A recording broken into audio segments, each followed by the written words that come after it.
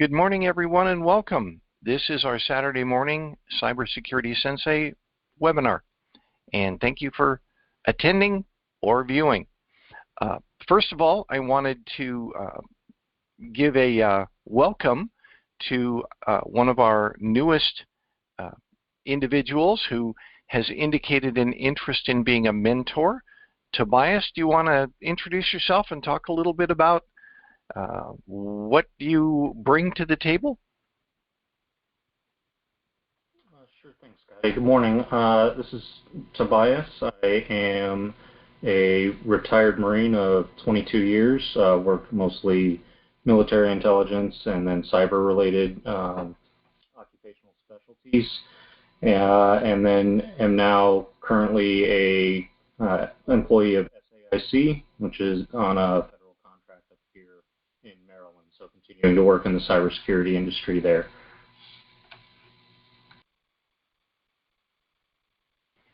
Very cool. Very cool. And it's good to have you. Really it is. So I wanted to cover a few things today, so I'm going to, there we go. So I think everybody can see that. I hope everybody can see that. Couple things. Team share.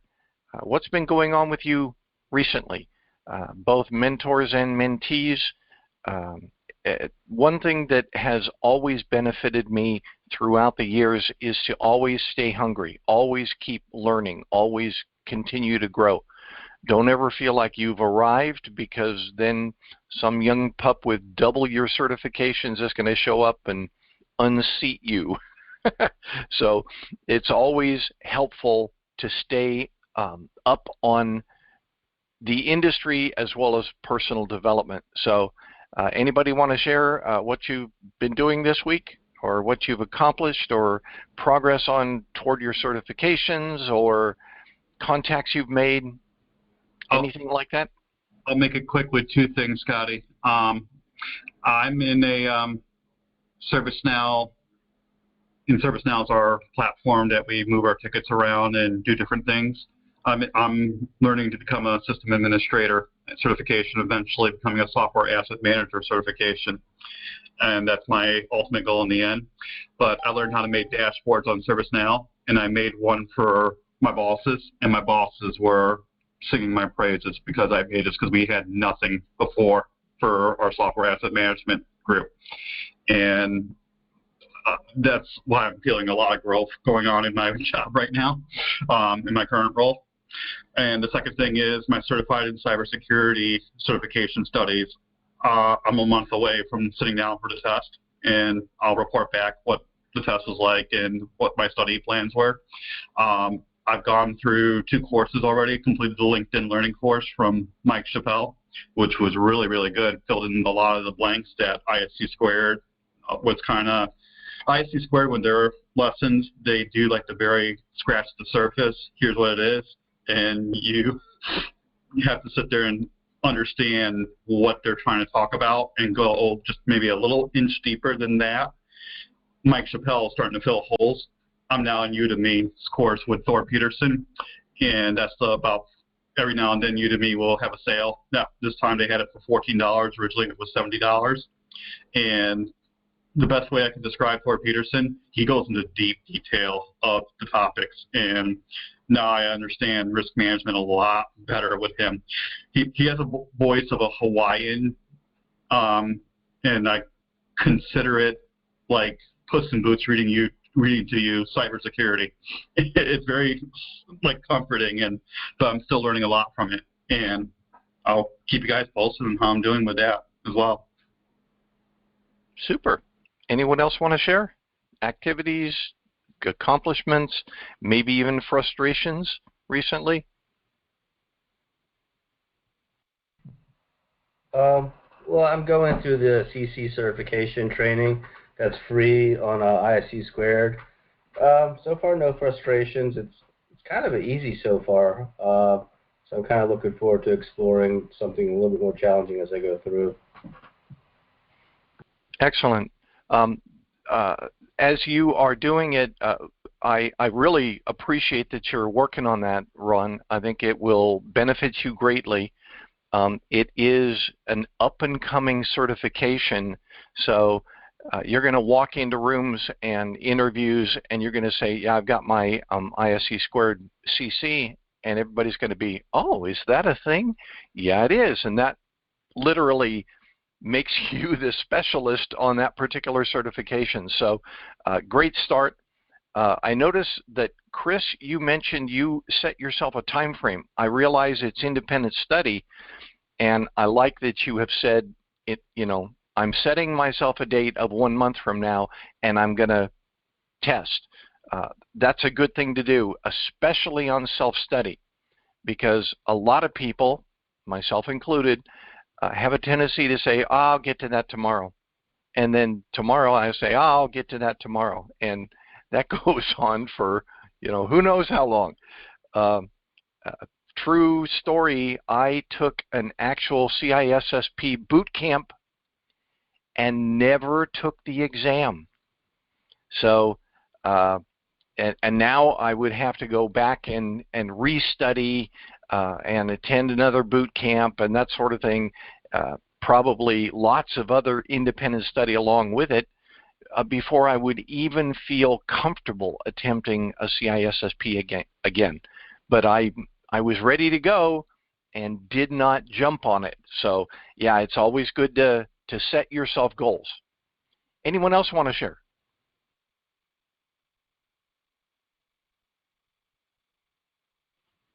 Okay, fair enough. Next one, I wanted to talk a little bit about, and I hope everybody has seen this on the Facebook page. We had and I actually got this from my organization. This came from my organization, and they said that they have noticed an uptick in banking-related phishing scams. Why? Because people are thinking about it. It has made the news, and therefore people are starting to look around, and search engines are starting to catch on articles and those sorts of things. So you just go into the news, and all of a sudden it's talking about banking. And so a lot of awareness on that. A lot of people who are unsuspecting victims, and these banking-related scams are merely an opportunity to snag you. So it's important for you to understand that people in your particular spheres of opportunity, I'll call it spheres, people that look at you and say, you know about this sort of thing, this is an opportunity for you to try and remind your friends, neighbors, relatives, coworkers, associates that this is out there and this is going on. I am conducting, in a couple of weeks, I'm doing 2 training classes to 2 different groups, and I plan to talk about this and say, there is a watch for an increase in your inbox or your notifications through whatever, that you are going to start seeing people who say, got banking concerns, we can help, or something like that. And just to be aware, be a little more vigilant before you start clicking and following those leads. So I would recommend, if you have time, I forgot to put this into the email list. I'm sorry, Tobias, but just so everybody knows, there is an uptick in banking activity, specifically phishing scams. And it's simply because banking is high up on news interests. And you could expect the same sort of thing if, I don't know, there's some celebrity feud going on or whatever. You can start seeing people are going to take advantage of that because they will catch people's interests. People sort of click around and say, oh, look, more news. Oh, look, more news. And off they go. And they are now in areas they're not familiar with, trying to get information. So these folks pop up as, I'm an information source, but they're not. They're just designed to make contact with you and get a hold of your money or whatever. I just had another email scam in a particular distro list that I'm part of, and somebody dropped an email, and then that same person responded and said, wait a minute, I've been phished, and don't respond to me because that wasn't me. Same email coming twice to our particular mail list. So activity is on the uptick, and be aware that people around you may be asking questions like, is this something I need to worry about? And that's where you come in. That's where you can help. Okay, next one. I wanted to share a little bit about this CISA VWP, whatever it's called, RVWP. I hope you had a chance to read about it. I'm going to share a little bit about this on the screen. But this is a pilot program, and it came about as a result of President Biden's executive order. And so it's a good thing. I'm sorry, no, this actually, yeah, he signed it into law. So it was actually an act that turned into a law. So Biden signed it into law. That's why it's top of the list here. Ransomware vulnerability warning pilot. This is obviously a voluntary activity, but it can be helpful. And this is, to my awareness, this is a first where the federal government is suggesting that you ought to allow them to examine your systems for vulnerabilities. And the reason is CISA announces all actively exploited malware activity that's going on. They actually put it as part of their register. Every week they announce new stuff and say, this is going on, be aware of it. What they're trying to do now is change it from just being a website where you can get the awareness to actually actively reviewing infrastructures, if you will, of what are called, critical infrastructures, which I mentioned in previous webinars. They're now called, or they're going to be calling them, significantly important entities or something, SIEs. Again, if you hear critical infrastructures or SIEs, they mean essentially the same thing. It's an organization or activity or actual industry that has close ties to the federal government. So it won't be like Toys R Us or Heinz ketchup or something, but it could be water providers, it could be power providers, it could be internet providers, anybody, banking. It has a reach back to the federal government. If the federal government uses you a lot, then they're now offering to help you be aware of your own vulnerabilities.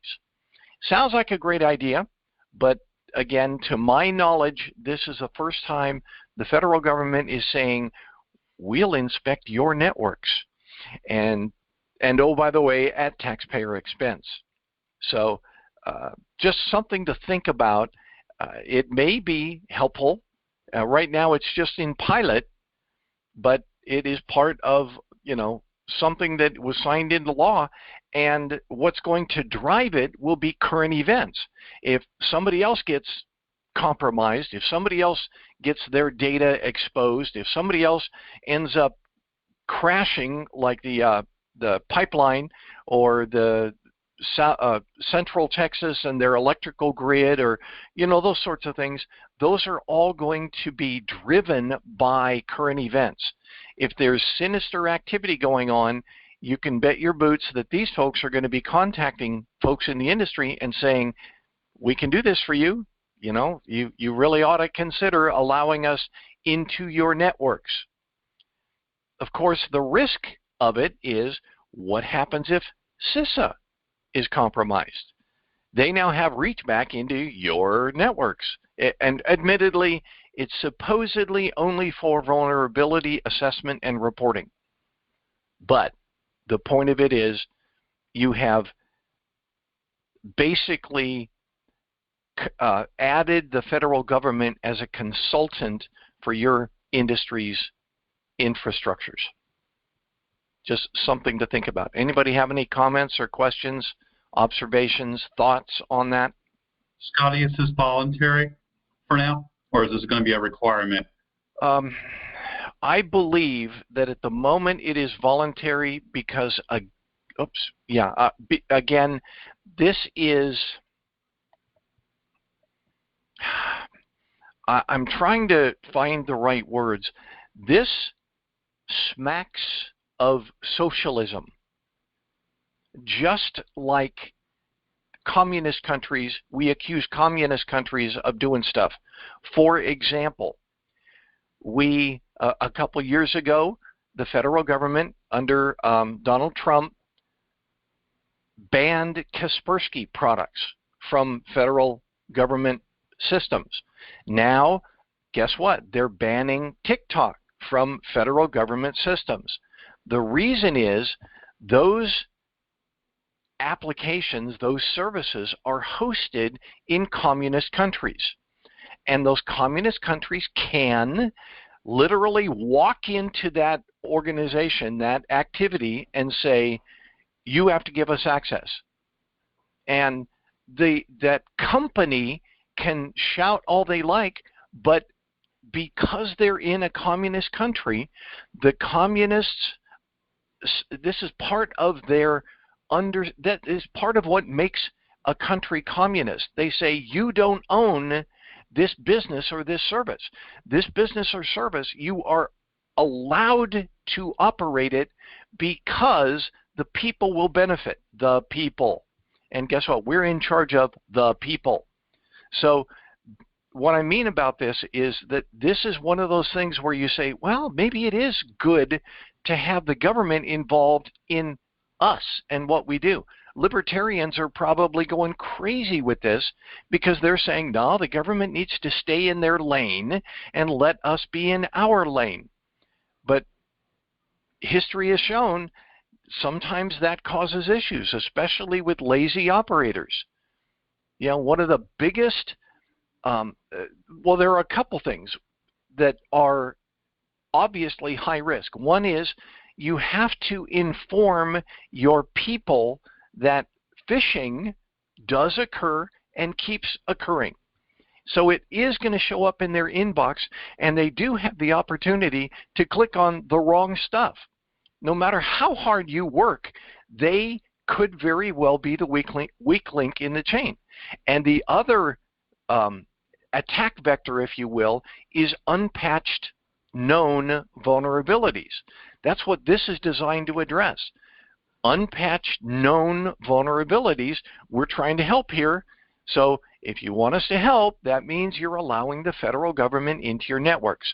So I would say that right now it is voluntary, but if we have another disaster or two, what was it, a couple years ago we had the OPM data breach back in 2015, 2016, and 22, 23 million records were leaked to the dark web, including my federal employee record, you know? So I would say, yes, it's voluntary, but pretty soon they're going to get teeth. I have a strong opinion about that ever since I started my cybersecurity studies. One of the things they talk about is different privacy regulations in different countries, GDPR, for example, in Europe. Yep. United States really does not have one, and why it runs rampant. If you go to the capitalism argument, it's a sale of your data.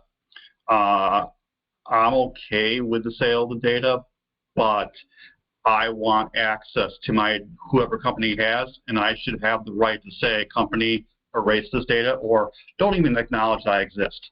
That'd be my two options here. I'm skeptical, and I probably want to read that article just a little bit more to say what's involved before forming my opinion about that. More that I want to go apply to CISA jobs in the future. Yeah, yeah. And that's something that you should remind your spheres, the areas that you influence. One of the things that they can do that takes a little bit of work on their part, but it really can help them as well as everybody else, is to close your old accounts that you don't use anymore. I had a lot of people, they're like, oh, I didn't want to use Facebook anymore, so I deleted it. Yeah, but did you go to Facebook and close your account? What does that mean? I deleted it. It's not there anymore, right? Well, no.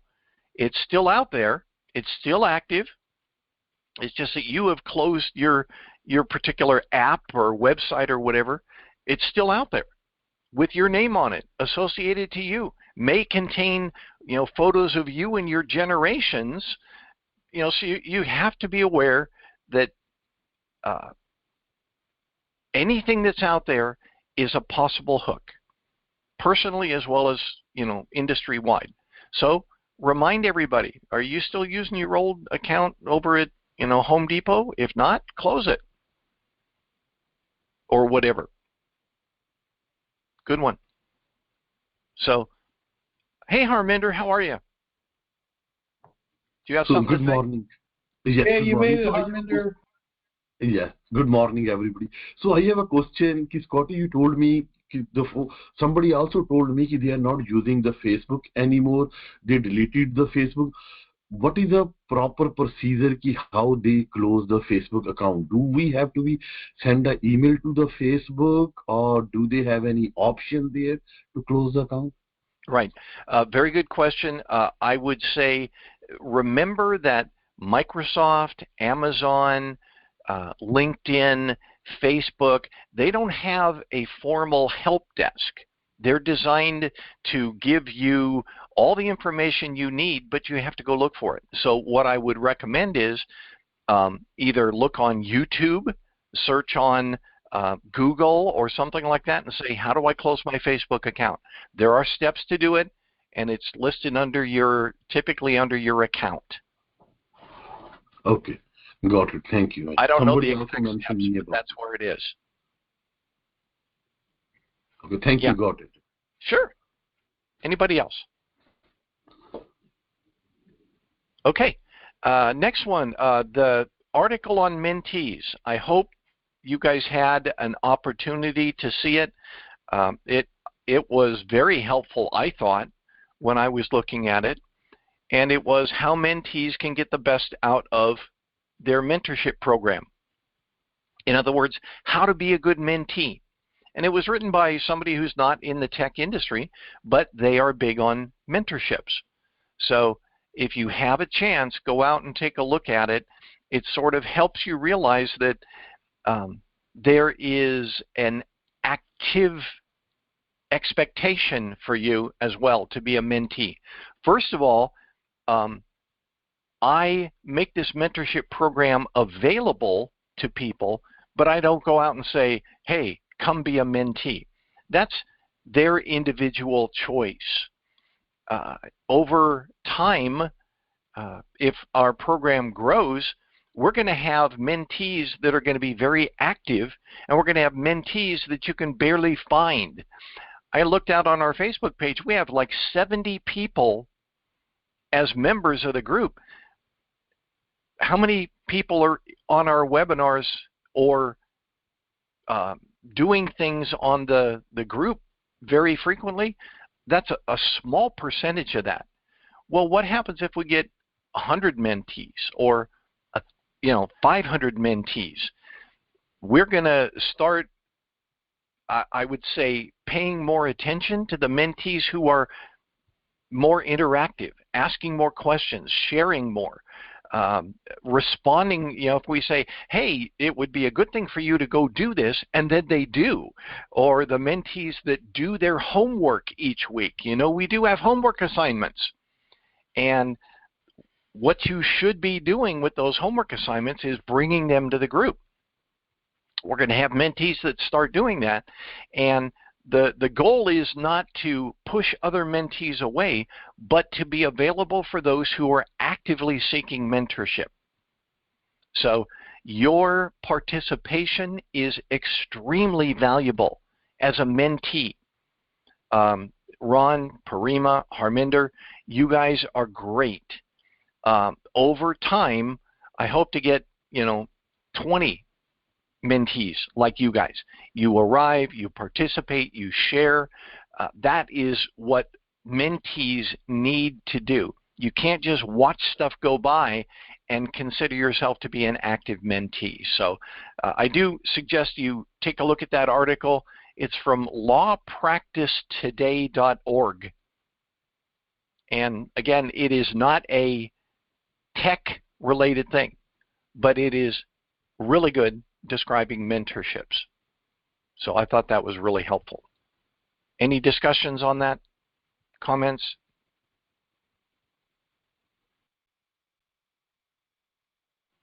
Okay. And I did want to share, Tobias, I remember when you were speaking with me earlier this week, you said that you actually mentor individually, you mentor people. That occurs as well. You don't have to be part of a formal program to mentor somebody. And the focus, if you remember the name of this group, CS-Sensei, Sensei literally is the kanji, it's East Asian. Many countries use it, Sensei, but it means someone who has gone before. And usually it's someone who's a little older or someone who's a little more experienced.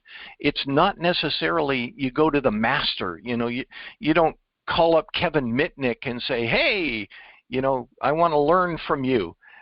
That sort of thing doesn't happen or rarely happens. And people who are leaders in the industry look for mentees who are going to be leaders in the industry tomorrow. So in a mentorship, you get out of it what you put into it. I guess that's a way of saying it. So yeah, Tobias, I do recognize that you did do that, and I acknowledge that. I think that's great. Anyone else? Okay. Next one, the hiatus malware.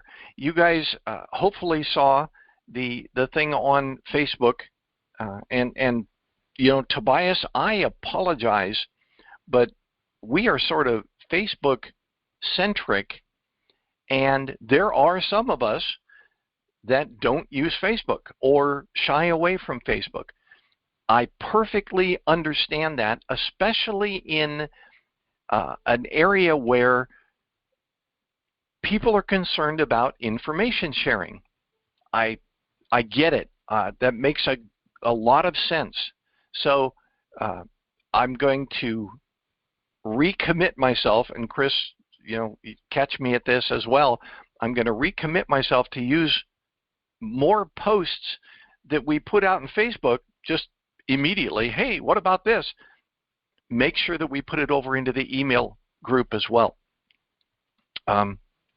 Because hold me accountable as well. Yeah. The hiatus malware was something that Douglas brought in, and he mentioned this and said, this is something that I read in an article. Very good. I'm glad that he's doing that. That's one of your homework assignments. Find something out there, analyze it in reference to, what it's saying. And remember, I said, don't always trust the headlines. This is one of those things. It says, malware campaign targets routers. Uh-oh, routers. Gee, I have routers. Maybe this affects me. So you're automatically interested, but you have to dig into the article to learn that this article was written based on 100 routers worldwide that were compromised. 100 out of, and it was a particular brand, make, and model that only they're aware of, like 4,100 of them being out there in the world. That's not exactly a major platform like Cisco. So just be aware. The first thing you should do is look at it and say, who might this affect, and how might they be affected? This one talked about gaining control of routers, and it talked about executing malicious code on the routers so that they could do that. Okay, very good. And the routers that they pointed out were related to typically mid-sized businesses who have an internet-facing service, such as email. In other words, the router is out in the DMZ. Prayerfully, you have a DMZ, rather than letting the public into your network. You've got a DMZ out there, and guess what? This router is out there in the DMZ because of the mail services you provide to your employees. So you need to analyze that, so that pretend that you are the CISO, and your CEO could snag this article and say, what of it? Is this something that we need to worry about? So always look at these things in reference to business risk, bottom line, in other words, is it going to cost us, and then lessons learned. Lessons learned is always what worked, what didn't work, and what could we do to change it in the future.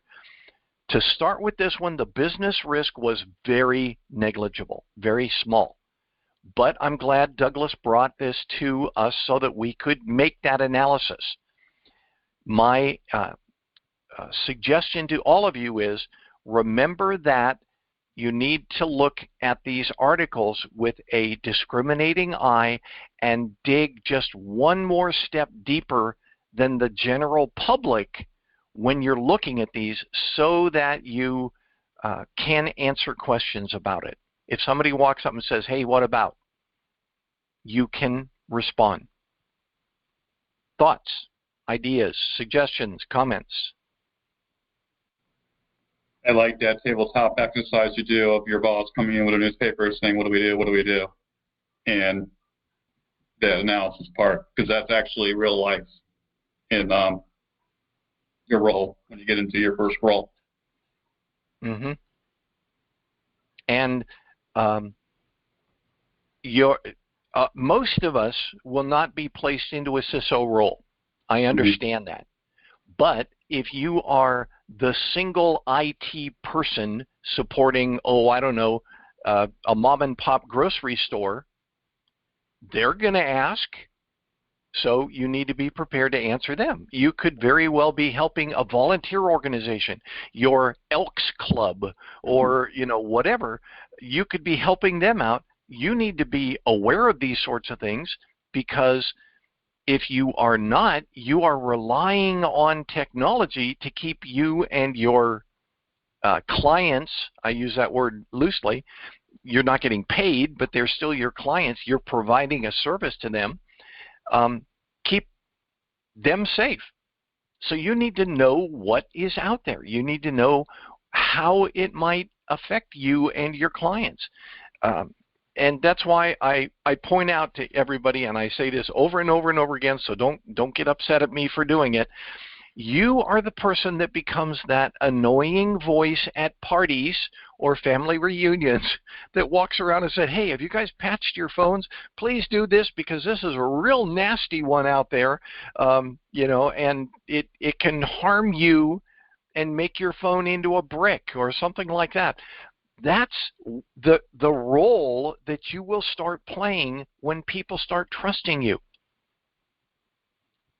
Be that annoying voice that says, hey, you really need to patch your phones. And oh, by the way, you yourselves need to make sure that all your devices are patched. I'll give you an example. I have one of those mini PCs, little tiny fanless PCs, connected to my smart TV. And it's hooked up directly to my router. And the reason is, I use it when I can do a change of inputs on my TV so that I can literally do computing in the living room while I'm not watching TV. I can do stuff. My design was to be able to pull my security cameras onto the television screen. I still haven't gotten that fixed yet, but that was my plan. That means I have a PC sitting out there in the living room that I rarely use. Well, guess what? That means I have to periodically log into it and make sure it's patched. Even if I'm not using it, it's my responsibility, because that puppy is out on the internet, to make sure that I'm not part of the problem instead of part of the solution. So be thinking about it that way. Thoughts or ideas based on that? You know, another one is my smartwatch, my whatever you've got, you know, your Fitbit, or, you know, those sorts of things. They all connect out to the internet. So be aware that it's your responsibility. When was the last time that you went out and did a check for software updates on your Android phone? Because sometimes they are frequent. They are not as frequent as you think. Apple does it very frequently. Android, not so much. When was the last time you went in and said, check for updates? Just a thought. Anyone else? Before we go to the next one. We're sort of zipping through this kind of quickly. Oh, go ahead, Ron. At the end of the article, it lists the first possible solution to the router problem is to regularly reboot the routers, but wouldn't that affect business operations? Now you're thinking like a CISO. It's exactly right. You have to balance operations with security. And that is a constant tug of war. I've shared about this numerous times. If you go out and look for, on our YouTube channel, there's actually one out there that says, be prepared for the tug of war. Because operations wants efficiency and access, accessibility, and service levels 100% of the time. Security says you have to do particular things just to make sure that your services or your infrastructure are safe, and that includes things like patching. So there's got to be a period of time. So what I'll use our organization as an example. We publish a patching schedule to everybody that says, by the way, Friday night through Sunday morning or something like that, you know, be aware that our services may face some sort of interruption because we're doing patching and rebooting and, you know, putting up new hardware and that sort of thing. You have to give us this because that is what we need in order to make sure that everybody stays safe day after day after day. We would also plan this left and right. We would check when is the network most in use. We would also check, hey, when is it less used? We noticed that weekends are pretty much the least use of our business, and that's, well, since it's the weekends the less use, that's when we're going to do patching, testing, security updates, whatnot. Oh, by the way, everybody, if you even think about trying to log on this weekend while we're doing the patching, you're not going to be happy with our service. Fair warning. That's right. Fair warning. We have to do this. Now, I will give a war story, and I'm not certain I've shared this one recently. I will give a war story about that. I was selected as a program manager for the Secretary of Defense's network. This was back when Bill Cohen was secretary. They literally ran the previous folks out the door. There were 14 of them, and they said, you guys aren't providing us diddly. Leave. And that included a federal office. They said, get out. We don't trust you to provide safety to our networks. So they hired me and my team. And the first thing we did was an assessment. How are things going in here?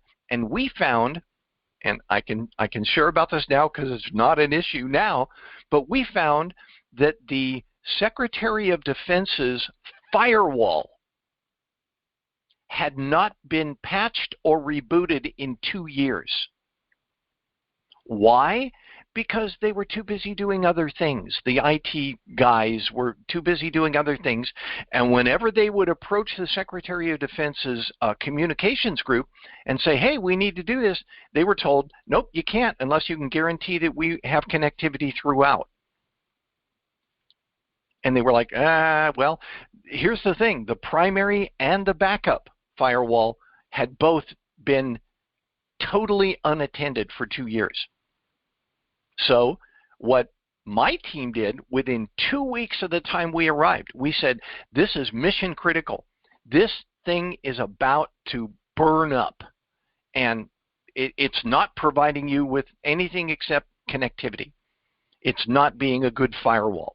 So we said we were going to have to go in and rebuild the firewalls. They were that old. They were that ancient. So we scheduled a time. We said this was going to be, I think it was a Wednesday evening, starting at 10 p.m. we were going to do it. And we went in there, walked into the firewalls, got them all, logged into them, got prepared to do our upgrades. We were going to leave the secondary up and do the primary. No, we were going to do the secondary first and then bring it up and then do the primary. That was our plan. And we called down to the folks at the Secretary of Defense comms and said, we're getting ready to do this. Remember, we notified you of this. We're getting ready to do this. And they gave us 2 words, go home. We said, what? And they said, go home. And they hung up the phone on us. And we said, right, you got it. And we walked away, logged out, and walked away.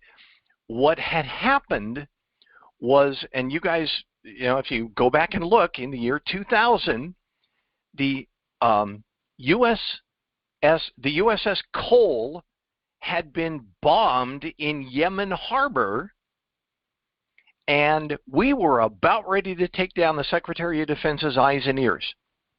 And they said, nope, go home. Great. That is the operational balance where we said, all right, we'll do it later. But we didn't stop and say, well, then we're not going to do it. We said, all right, we'll come back next week. And the next week we did that. And it was like 6 or 7 hours it took us to rebuild these 2 ancient firewalls for the Secretary of Defense. All night long we were in there rebuilding firewalls and patching them and making sure that they were a mess. They were horrid. They were barely hanging on. But the previous guys had said, we keep getting told to go home, so we'll just worry about it later. For 2 years, they left the Secretary of Defense's network at risk because operations always trumped security. In the heat of the moment, like when the USS Cole was bombed, sure, but that doesn't mean stop. We went back the next week and did what we needed to do. Any comments, discussion? What I admire about that, Scotty, in that story is that you guys were willing to listen to the operations, and I find that, and I've fallen victim to this myself, you would want to do what was good and best for the organization and have that security hat on and say, no, we need to do this now, and this is critical. But in the end, and this is all in your ISC squared textbooks and even the Security Plus textbooks, business and security is going to have that tug of war.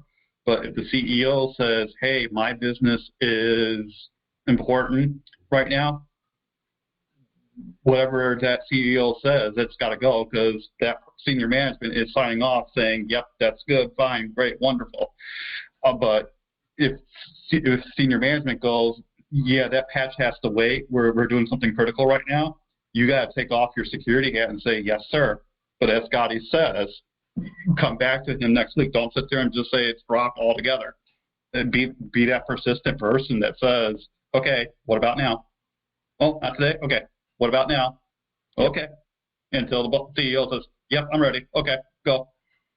You can't have that argument with the CEO going, no, CEO, you have to do this now. You have to do this now. That's not a good show. That's not good at all. Yep.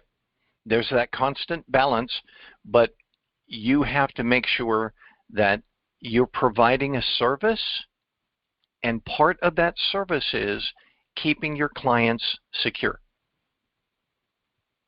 It's an intangible. They don't see it. All they see is, oh, man, I got to do more patches. Yes, you do. I'm sorry, but that's so that I can help keep you secure.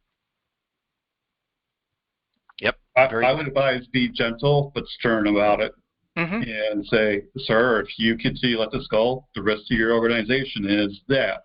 And if a breach happens, your reputation is going to go down, your bottom line is going to go down, putting numbers and all that great stuff. And you keep being that persistent person and say, sir or ma'am, this is what's going to happen. And you say, I'm here for you if you need it. You always need to be speaking in terms, and this is something that you'll have to learn. Techies aren't good at this. You have to learn to speak in reference to what interests them. And that's business risk and bottom line. We are a business or organization or whatever, and we want to be in business tomorrow. So how do you help them be in business tomorrow? You can't just say, we got a patch, we got a patch, we got a patch. They don't understand that. You say, there's a risk of this occurring, and the longer we go, we've got 90% of our people are using this software product, and the risk is very high that one of them is going to cause a vulnerability that compromises our network. So this patch will fix it, and it's a 10-minute patch. Everybody has to reboot once, and then we'll be done. But everybody has to do this. That's how you bring it to them, rather than, hey, Microsoft says we got to do this, so we got to do this. You have to be able to interface and speak. I just came up with this word, client ease. Speak their lingo. Yep. Any comments before we move to the next one?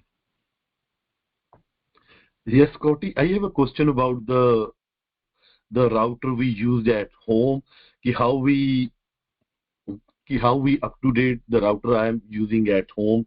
How to want to be make sure this is properly secure, because my router is also keep turning on. I think the last 1 year I never turned off or never did anything. How you mentioned before about the firewalls and all these things. Mm-hmm. So, anybody have any suggestions?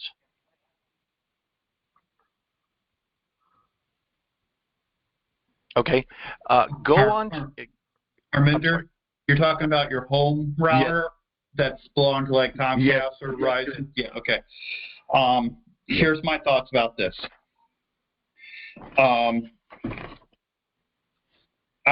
If it was me being really technical and have the money for it, I would have a separate router connected to the Comcast Affinity Verizon router. And your router is the ones you're resetting. Verizon's and Comcast router, unless they specifically tell you to say, hey, unplug it, plug it back in, or press the reset button, they're doing the background stuff, and they know how to get into your router when they want to, and they'll do the updates from there. If you're connecting from that router to your own router, that's the one you want to keep resetting, and that's the one where you need to have a stern talk with your family. And this is good practice for being that company, working for your company. I have to tell my wife when I want to fix something on the internet, because if she's busy at work and I fix it in the middle while she's at work, it's going to be war. So my advisement, Harminder, would be you pick a time frame with your family and you say, hey, Verizon said I need to reset this router. I need to reset this router. It's only going to be 5 minutes. and you do what you do, and you come in, come back out, and you give them the update saying everything's go, and go from there. If you created your own router, you're your own administrator, you get to tell the family, hey, I'm taking this out, turn it off, turn it back on, do you do, and come back again. Does that help, sir? Yes, thank you. I have my own router. Thank you, I got it. Yeah. Mm-hmm. Here's my recommendation. If you go out on Facebook onto our group and search for NSA, I posted this a week or two ago, I think, National Security Agency Best Practices for Securing Your Home Network. And they talk about exactly what Chris was recommending. So, you know, what should I do? Hand them this article. That's my suggestion. This is what NSA says to do. Yeah, okay. That article sold me to go to Windows 11, by the way. Ah, okay. So that's a, you know, that's one way of doing it. All right. Next one. I wanted to share a little bit about what occurred this week for me. We've only got a few more minutes. So I went to an Arizona Tech Council mixer. Let me put up AZ Tech Council here. Arizona Tech Council mixer. And it was just a, you know, tech people in the southern Arizona area. And I said, I've never done this before. Let's go network. So I grabbed myself a bunch of, you know, you guys have seen these cards. This is the digital card that I have, you know, I posted online. So I brought a bunch of those and the link card. Remember, I demoed that, the link card, and paid my $20. And oh, by the way, you get 2 free drinks. I had a bottle of water. Oh, well. But it starts to get you acquainted with other people who are technically minded in the area. And I thought, well, what am I going to benefit from this? Well, I've been trying for a long time to connect with local colleges and universities and say, hey, we're out here. CS-Sensei can really help your students. You ought to give us a look. Nothing but dead air to everyone I contacted. Everyone I contacted. Every college in the area I contacted. Nothing but dead air. Well, I was standing there drinking my water next to somebody and started to talk. And this person said, have you been over to the Cyber Warfare Center? And I said, no, but I've seen it. Pima Community College here runs one of the first in the nation offensive cyber warfare labs. And they said, you know, why don't you get in contact with them? I said, I've been trying. And she said, oh, so here I am standing next to this lady. And she said, I used to run that. Let me get you in touch with the right people. I said, well, I've been trying to go through this guy. She said, no, he's the wrong one. I'll get you in touch. Great, let's go. You know, so mixers, I gotta say, they work. So, and by the way, the thing that impressed most everybody there was my link card. Yes, for most of the folks, I just handed them this. But for people that I was really talking to and I wanted to make sure I made a good impression on them, I flashed the link card. None of them did the near field. None of them did the tap. They all did the scan on the quick code. And guess what? I'm in their contacts with my contact information as well as information about the program, links to our Facebook, our YouTube, as well as down at the bottom, you can put your own links. I put my LinkedIn profile and 6 different videos from webinars that we had recorded that I thought were, you know, were catchy.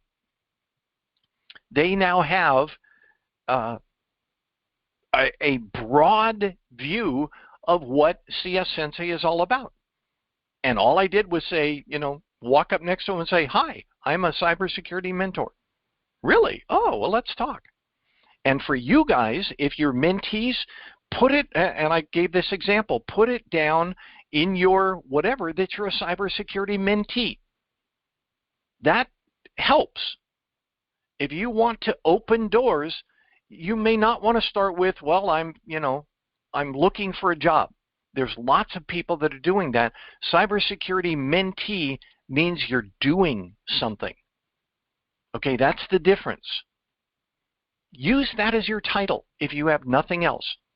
Cybersecurity mentee. They'll be like, oh, you're in cybersecurity? Yeah. I'm getting into it right now. Just something to think about. While I was there also, oh, by the way, the person that I spoke to is the CEO of JobPath.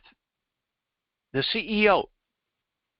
What they do, they help students continue in their job ambitions, and sometimes that just means helping a student, pay a critical bill. They literally go down to that level of assistance. So it's all volunteers. They put money in there. JobPath evaluates students' critical needs and helps to address them. Great. Sounds wonderful. Everybody wins. Another one I spoke to, SciTech Institute, focused on students. Arizona STEM ecosystem. You know what STEM is? Science, technology, engineering, and math. Well, guess what? That's where we fit. SciTech Institute have lots of programs in reference to teaching tech to students. Cool. Well, guess what? Here's the one for JobPath, information technology. SciTech STEM. And both of the people that I spoke to said, we'd love to have you come talk to our people.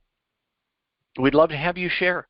And one of them, career day at K-12 schools in the area. Sure, I'll come talk to them. I'm a grizzled old man, but it doesn't matter. I may catch some of their interest and make them gain a little bit of interest in the science and technology career field. So I have to say, after the period of time that I spent an hour and a half of my time at that mixer, it was well worth it. So I do recommend that you consider something like that. It helps to expand your network. I got business cards. I contacted them all, by the way, and emailed them that this webinar was going to be going this morning. So they all know I'm doing routine webinars. So just something to think about. And don't go thinking that you're the bottom, you're the bottom of the barrel. There are lots of people that attend these tech events that are trying to get into the industry or trying to change jobs. I'm a techie, but I just don't know where I fit. Well, go to these events and you're going to find somebody who says, well, we need volunteers. Adds to the experience, adds to your resume, increases your network. I can't say enough good about it. And it was just a mixer. It was at a drone company, and they demonstrated a couple drones. One outdoors. This drone was silent, except for when it took off and landed. This drone was silent, flying around out there. I'm like, I thought drones were supposed to make noise. Nope, not this one. As it's flying around. Incredible. So, it's fun. It's techie stuff. But do it. I really do recommend you do it. And oh, by the way, they were so fascinated with the link card. A lot of them were like, hey, I got to get one of those. So guess what I sent them? Our YouTube video where we discussed and evaluated these in reference to their features and their risks. I forwarded the YouTube video and said, here, you can learn more about it. This is what we do. Everybody wins. Okay, that's all I had for today. Anybody have any final comments before we depart? Nothing from me. Very good, Scotty. Did you have fun today? I see you nodding, Ron. Thank you. All right. Well, everybody have a great Saturday, and we'll do this again next week. Again, reminder to Chris and I, we need to be on email as frequently as we are on Facebook. So that is a habit I have to build. But that's it. Thanks, everybody, and we'll see you next time. Thank you. Bye, guys. Have a great weekend. Bye.